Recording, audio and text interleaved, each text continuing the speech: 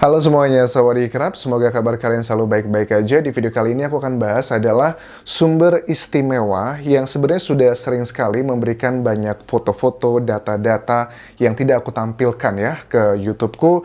Tetapi pada akhirnya aku mengangkat mengenai hal ini karena memang ada beberapa bagian data-data yang aku dapatkan itu memang cukup valid. Misalnya adalah aku mendapatkan foto dan juga data, bahkan rekaman, bahkan juga nomor handphone seseorang itu sebelum beritanya itu muncul di media massa. Jadi ini bisa mengindikasikan bahwa orang ini adalah benar ya dan termasuk kategori istimewa, tetapi aku tidak mengatakan ini sebagai kepastian, tetapi adalah dugaan. Tapi tujuannya adalah begini teman-teman. Kalau dari sumber istimewa ini sih mengatakan kemungkinan besar kasus ini akan disidangkan nanti Verdi Sambo beserta lainnya itu dalam sidang tertutup ya. Karena ya suka nggak suka dalam aturan undang-undang pun itu akan dilakukan jika memang menyangkut asusila atau berhubungan dengan anak-anak atau dengan keamanan negara atau dengan yang lain-lainnya sudah ada aturannya, itu memang harus dilakukan secara tertutup. Tetapi tujuan aku membahas ini agar kita jangan bilang udah nanti aja di persidangan akan dibongkar semuanya.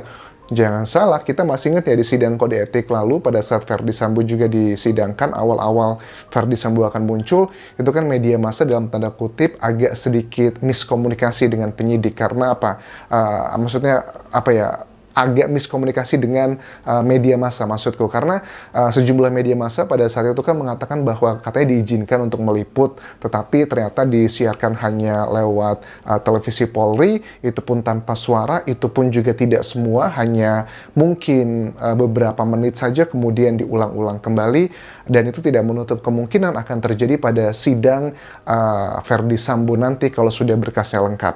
Aku akan baca apa aja data-data yang disampaikan di sini dari sumber istimewa ini, nanti kita bisa bahas bareng-bareng apakah ini make sense ataupun tidak make sense ya. Karena kalau kemarin-kemarin aku bahas adalah hasil interpretasiku, tetapi kalau sekarang ini adalah sumber mentahnya ya.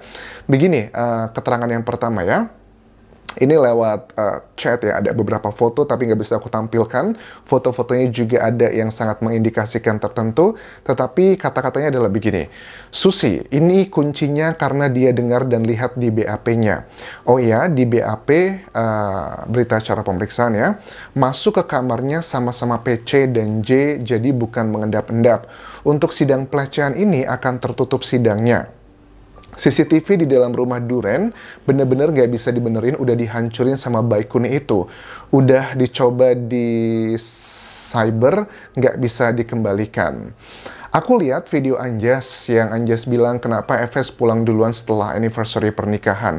Dengan posisi jabatan FS pasti nggak ada waktu untuk libur karena di mana ada TB1 di situ harus ada Kadif, itu udah protap.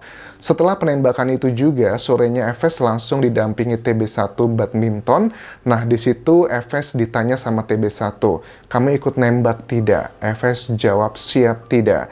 Istri-istri biasa hidup sama ajudan sehari-harinya Anjas, lebih gila lagi. Bla bla bla ya, ini bisa membongkar identitasnya. Oke, kalau dipikir secara logika nggak mungkin, masa sih nggak ada libur, tetapi kenyataannya adalah seperti itu. Sibuknya seorang Verdi Sambo ataupun juga pejabat Polri lainnya. Kalau uang di ATM atas nama ajudan itu sudah biasa. Oke, ini ada kata-kata yang misalnya aku amankan agar sumbernya tidak terbongkar. Misalnya kayak ngurus beras habis, token listrik habis, bayar SPP anak sekolah, beli keperluan anak seperti... Oke, semua itu dikerjakan oleh ajudan biar nggak bolak-balik dan ganggu ibu. Apalagi biasanya ajudan suruh buka tabungan tinggal, kasih uang beberapa ratus juta untuk 1 bulan. Segala laporan pengeluaran ajudan pasti di akhir bulan dilaporkan uang sisa atau uang kurang, terima beres aja para ya mereka ya istri-istri dari jenderal tersebut. Tentang Joshua yang setrika, netizen liatnya kasihan, polisi kok kerjanya nyetrika anak komandan. Harusnya FS sama PC beruntung dapat ajudan yang all out begitu, pasti sudah dalam banget dan klik dengan keluarga komandannya sampai nggak ada jarak lagi. Oke, beberapa bagian ini menyebutkan identitas dia, jadi aku skip. Karena kebaikan biasanya mereka itu tidak akan lupa ya dengan para ajudan yang sangat baik tersebut gitu. Nah, oke, kurang lebih begitulah kehidupan perwiranya Anjas. Oke. Nah, jadi kalau melihat dari ajudan yang begitu setia, memang ini make sense ya dengan data misalnya si Bribka RR. Katanya kan di beberapa bulan lagi, tahun ini sebenarnya dia sudah akan melanjutkan pendidikannya kan, sudah dapat izin dari Verdi Sambo, dia akan melanjutkan pendidikan. Itu menunjukkan bahwa kesetiaan Bribka RR sejak dari Verdi Sambo belum menjabat sebagai Kadif Propam, pada saat masih menjadi Kapolres pun sudah bekerja bersama di bawahannya, itu kan sudah lebih dari 10 tahun kalau nggak salah ya, si Bribka RR itu begitu setianya. Makanya pada saat dia diminta oleh Verdi Sambo untuk melakukan penembakan, dia sudah agak berani beropini. Saya tidak mau katanya menembak, tapi justru malah si Baradae ya, yang belum sampai 1 tahun yang dia mau menembak. Tetapi kalau kita kembali lagi ke sumber istimewa ini, teman-teman, aku tidak membuat tidak membuat interpretasi, tapi aku bacakan bahan mentahnya agar kita juga bisa berdiskusi di kolom komentar video ini. Menurut kalian dari statement sumber rahasia ini ada beberapa gambar memang, tapi gambarnya tidak bisa aku munculkan ya. Tetapi gambar ini memang menyangkut ada beberapa hal yang sangat sensitif sekali dan yang paling agak susah buat untuk diprediksi kalau nanti seandainya memang sidang ini tertutup, teman-teman. Karena kalau tertutup kan kita masyarakat tidak bisa mengawasi ya. Mudah-mudahan prediksiku ini salah ya. Tapi ya kalau melihat dari aturan hukum di mana Kapolri mengatakan motifnya adalah asusila, antara perselingkuhan atau pelecehan, ya kemungkinan besar kalau dicocokkan dengan aturan sidang terbuka atau tertutup ya ini pasti akan tertutup. Tapi mudah-mudahan ada pengecualian gitu.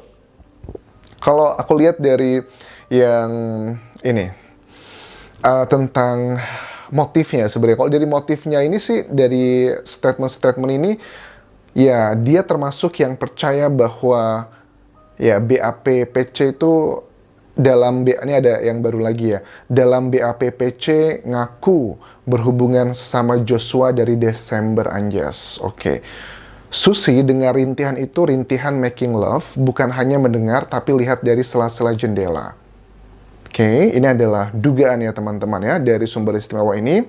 Bukan hanya mendengar tapi melihat dari sela-sela jendela. Takut ketahuan sama Sambo, jadi PC playing victim ke Sambo didukung sama KM. Karena KM cemburu sama Joshua karena keuangan rumah tangga dipegang Joshua semua. Jadi KM dan PC edan semuanya.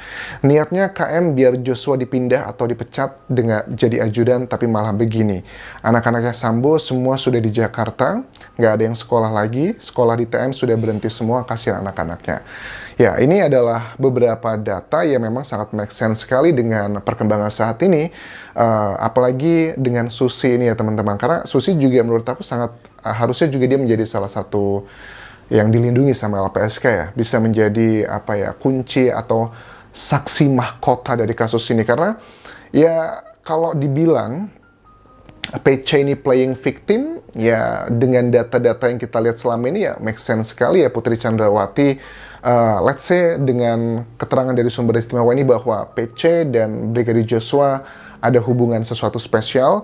Kemudian dikatakan juga sumber istimewa ini bahwa Verdi Sambo dan juga Putri Chandrawati hubungan itu sudah tidak harmonis, dan pada saat di perayaan ulang tahun pernikahan mereka terjadi keributan, seperti keterangan dari Kamarudin Simanjuntak, pengacara dari Brigadir Joshua, yang mengatakan bahwa kenapa kalau memang tidak ada apa-apa, Verdi Sambo kenapa pulangnya lebih dulu begitu. Tetapi kalau dari versi penyidik ya, aku baca keterangannya bahwa kenapa Verdi Sambo harus pulang lebih dulu, karena ada acara sesuatu hal di Jakarta.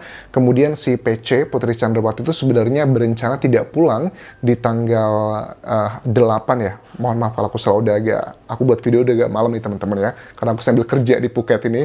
Jadi di hari kejadian itu kan PC sebenarnya tidak mau pulang hari itu jadwalnya, tetapi dimajukan karena alibinya dia ya dilakukan dugaan pelecehan tersebut oleh Brigadir Joshua. Makanya dia buru-buru pulang ke Jakarta dan melakukan pengaduan seperti itu. Tetapi sudah kita bahas ya, kenapa tentang pelecehan tersebut tidaklah masuk akal, dengan bagaimana mungkin kalau orang habis dilecehkan ya masih mau satu rombongan bareng. Kalau dibilang tidak satu mobil, yes, memang mereka mengakui tidak satu mobil, tetapi satu rombongan. Bahkan juga di CCTV rumah pribadi kita bisa melihat kedatangan dari PC dan juga Brigadir Joshua itu masih dalam hitungan menit yang sama, masih membawakan tasnya, masih ada komunikasi, bahkan juga masih PCR bersama, terus juga mau melakukan di karantina di rumah dinas bersama, itu kan sebuah kejanggalan-kejanggalan yang tidak masuk akal. Jadi ini adalah bagian, kita harus mengakui memang ada dua kubu yang mayoritas ya, percaya adanya hubungan terlarang antara Brigadir Joshua dengan Putri Chandrawati, atau kubu yang kedua paling banyak adalah dugaan bahwa Brigadir Joshua ini dihabisi karena melaporkan sesuatu hal ke Verdi Sambo. Ya, kita harus menghargai dua opini tersebut. Aku baca komentar-komentar kalian yang pro sini, pro sana, tetapi motif ini menjadi hal yang sangat penting sekali, karena nanti ini akan menjadi salah satu hal yang menjadi pertimbangan yang mulia hakim, apakah ini masuk dalam kategori pembunuhan berencana atau tidak. Ya jelas lah, aja sudah pasti berencana, belum tentu juga teman-teman. Kalau seandainya nanti ada, kalau aku lihat dari trennya sekarang kan ada waktu jarak antara rumah pribadi ke rumah dinas yang hitungannya nggak sampai 1 jam. Nah, kalau terjadinya perencanaannya itu di situ, itu bisa jatuhnya adalah kayak spontanitas. Maksudnya gimana spontanitas? Misalnya gini, kalau aku lihat trennya, PC itu kan yang aku baca dari rekonstruksi dan semuanya, PC itu ngadu sama Verdi Sambo pada saat di ruang tamu, di rumah pribadi, pada saat rekonstruksi, dan si Verdi Sambo langsung nelpon anak buah yang lainnya, kemudian bertemu, langsung eksekusi si Brigadir Joshua itu di rumah dinasnya. Ini kan bisa menjadi salah satu indikasi, bisa menjadi yang spontanitas tidak direncanakan. Karena kalau cuma waktunya nggak nyampe 1 jam, yaitu adalah proses pada saat dia spontan, dia langsung melakukan eksekusi. Apalagi nanti seandainya di persidangan gitu.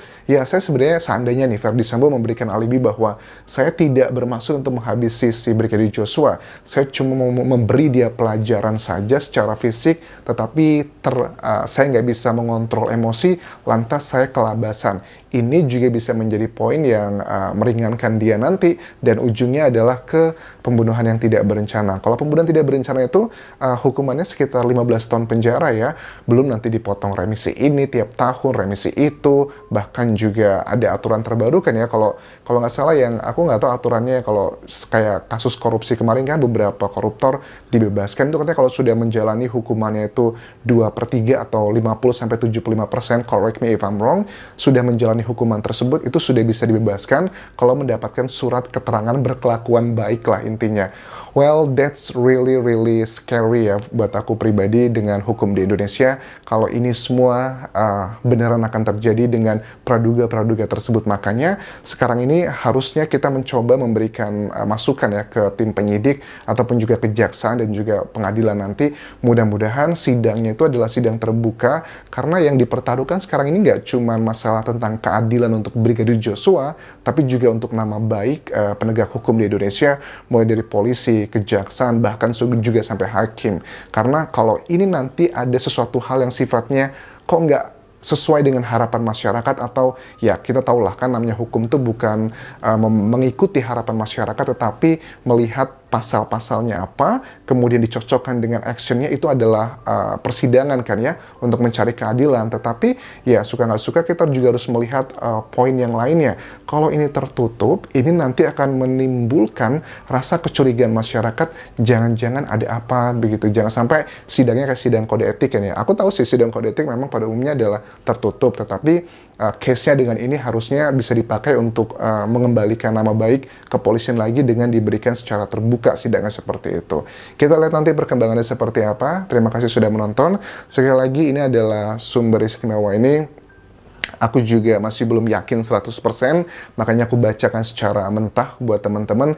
Jadi kita bisa berdiskusi di sini, dan apa interpretasi kalian bisa tuliskan di kolom komentar video ini. Sampai ketemu lagi di video berikutnya, dan terakhir jangan lupa subscribe channel YouTube ini, karena baru sekitar 30% aja yang sudah pencet tombol subscribe. Sampai ketemu lagi di video berikutnya, kita kawal sampai tuntas, sampai persidangan nanti. Kapun kerap semuanya, bye-bye.